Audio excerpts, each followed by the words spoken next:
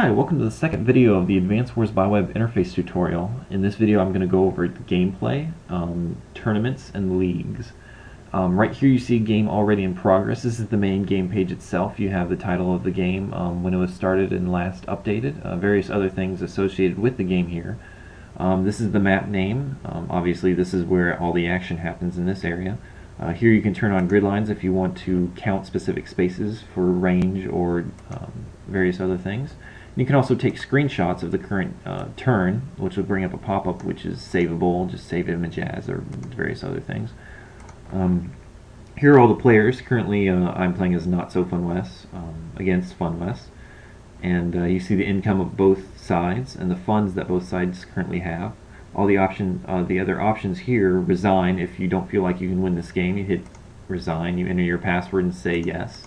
But since I believe I can win this game, I'm going to stay in this. If I think that we're both at a standstill, I would set draw, which would alert everybody that someone has set draw. If this was a team game, everyone would have to set draw before a draw was officially declared. But since I don't want to do that, I unset draw. And then finally, when I finish my turn and build all the units that I want to build, I will end my turn. Now on the left here, there are a few other things to note. Broadcasts and press. If you hit press, you can send a broadcast which will send a specific message to all the players currently in the game. Or you can send a specific private message to one player or two players or multiple if this was a team game. You can also read the press you've sent and other things as well. And the log itself is a detailed version of everything that has happened in the game so far. You see the game name up here, all the specific spaces where things have been built, when the turn was ended, when infantry was moved, etc., etc. And player info, it's not very useful. It's just some quick settings if you want to receive turn notification through your email. Finally, there's also the replay, which is very useful in seeing everything that's happened from the log played out on the map, as well as you can take screenshots of specific turns during the map. And you see also the statistic of the stats in the commanding officer bars as the game has progressed. So I'm going to go back to the game page, and what I want to do is I'm going to start my turn as Purple Lightning here. Okay, let's say I want to start by moving this infantry around. Well, first I have to click this infantry.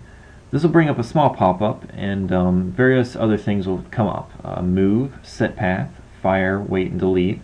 It'll show what tile the unit is on and the other statistics of the unit. Let's say I wanted to move him south by 3 spaces. Well, two options here: move and set path. And set path, that is more useful in a fog game, because in a fog game you won't be able to know, oh hey, I want to go here to here, and clicking that last red space will send him to this space without crossing that forest. But since this is not a fog war game, I can just hit move, and it'll show me a range of everywhere that this unit can move. So since I wanted to move him south 3 spaces, I'll go all the way down here, and I'll click that space, and he's moved. One important thing, one of the most important things with games here on Advanced Wars by Web, is that there is no B button. You cannot undo any moves that you have currently done. So let's say I accidentally wanted to move him here, but I misclicked and I moved into the forest. There's no way to move this unit back. You can only fire and wait. Since there's no units around, obviously you can't fire, and waiting is probably the more useless button of Advanced Wars. Because as you see here, this unit that I moved previously, he's already been forced to wait because this unit has moved. So you just see the statistics of this unit since his turn is already finished. Now, if a unit is on a space like this, you can the option to capture also comes up. So I want to finish capturing that. So therefore, I now have another city. My income goes up. So I'll go ahead and capture a few things around here. Same things happens on cities that have not been captured yet. Alright, so that's the basics of moving and capturing. Now, attacking, that's another thing. Okay, let's say I want to attack this infantry because I want to stop him from capturing. I click on my tank here. I want to move him next to the infantry, like in the games. And from here, I can click the fire button. Now, a little red square will come up over the Cobalt Ice infantry, and a little percentage will hover above him. That'll tell you about the percentage. As you see as the same thing in the games, the percentage will come up here. And now he has been reduced 5 hit points. You also see the power bar down here just slightly increased because of the attack. If you hover your mouse over it, obviously you can see how far the bar has progressed, so you can do calculations of that sort. So I'm going to go ahead and move a couple more units to places that I think they'd be useful. I'm going to do another couple capture things. And let's say I think it's about time that I wanted to think about what I was going to build. And since I see he's wanted to build a tank already, I might want to consider an artillery. But unfortunately, artillery were actually banned at the beginning of this game. So instead of being able to build an artillery, when I click on a base, that won't come up. You'll see all the possible units that you can buy, and if the name is green, then you have the funding to buy them. All the funding is listed on the right, obviously.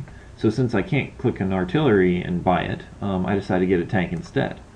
But I also noticed that mech is crossed out. That's because mech was a lab unit at the very beginning of the game as well. Since I have not captured a lab, then I cannot create a mech. But since I'm almost about to capture the lab, I'm going to go ahead and finish out that operation. And you'll see that you're able to build a mech as well. So let's go ahead and buy one for fun. Finish moving my turn. And now I think that's about right for where I want to end this turn. So since this turn is over, I'm just going to say end my turn. All my units will pop up as unshaded again. And it'll now be this guy's turn. And his funds is increased accordingly, and things are going smoothly. I do want to explain one thing. He has 6 days to move his units, and 7 days before his turn ends. The thing is, boot, basically after 6 days, will kick you out of the game as if you had resigned. Automatic end turn interval, the AET, will just end your turn forcibly. So boot resets, AET does not. So if he keeps moving units but does not finish or does not click end turn by the end of that 7 days, then his turn will be forced to end by Advanced Wars by Web. And those are the main options that you have when playing a game. Now I'm going to go ahead and guide you through the league. It's really simple. It's if you want to join the league, technically you're already joined, it's just how many concurrent games. You can change this all the way from 0 to 50. So if you don't want any more games, you just say 0. If you want to start playing the league, you go to 2 or 3 or however many games you feel like you can handle and click change. And now notsofunwes is taking 3 league games. Also, you can visit the league standings. This is where everybody's win, loss, and draw ratings are. Since I just started out with notsofunwes, he should be at 0-0. I'm not exactly sure where that would be at. Around here somewhere. And you see all the other people's standings. And if you click on someone's name, you'll see their win, loss, draw, their win percentage on their own personal profile page. And that's about it for the league games. There's all sorts of different settings, but when a game starts, you'll see it on your turn games page, and it'll be basically prompting you to start the game, choose your settings, and when you're ready, you hit this button that says ready, and you'll be able to start a game from there, and it'll automatically start for you. And tournaments, now they've actually kind of died down a little bit, but any sort of tournament sort of deals would be on the forum itself. You could go to, I believe it's Advanced Wars by Web chat, AWBW tournaments, and you join like the Grand Tournament or the Cup or Coliseum or other things that are still involved. Be prepared to play games for a long time, because even regular games like this can take you even a whole month to finish out, just because everybody has to get online now and then, and people aren't always committed to being online 100% of the time. So as long as you check your games like maybe once or twice a day and move within a reasonable amount of time, then people should be okay with you. One last thing I want to mention is vacation. Now, vacation is basically a setting to where you can, if you set vacation, the boot and AET intervals will not apply to you for 2 weeks, and after that 2 weeks is up, you are subject to the boot interval, AET interval, obviously. After that 2 weeks is up, also, you will not be able to set vacation again for another, I believe it's 2 weeks. I might be wrong on that. Also, just you might want to check the wiki for that. I felt like there was one more thing with vacation. Oh, you can end your vacation anytime by going ahead to your turn games and clicking on a unit and start moving it around. That'll automatically end your vacation, and the 2 weeks of not being able to start on vacation again will pick up from there. So I hope that helped, and I will see you in the next video.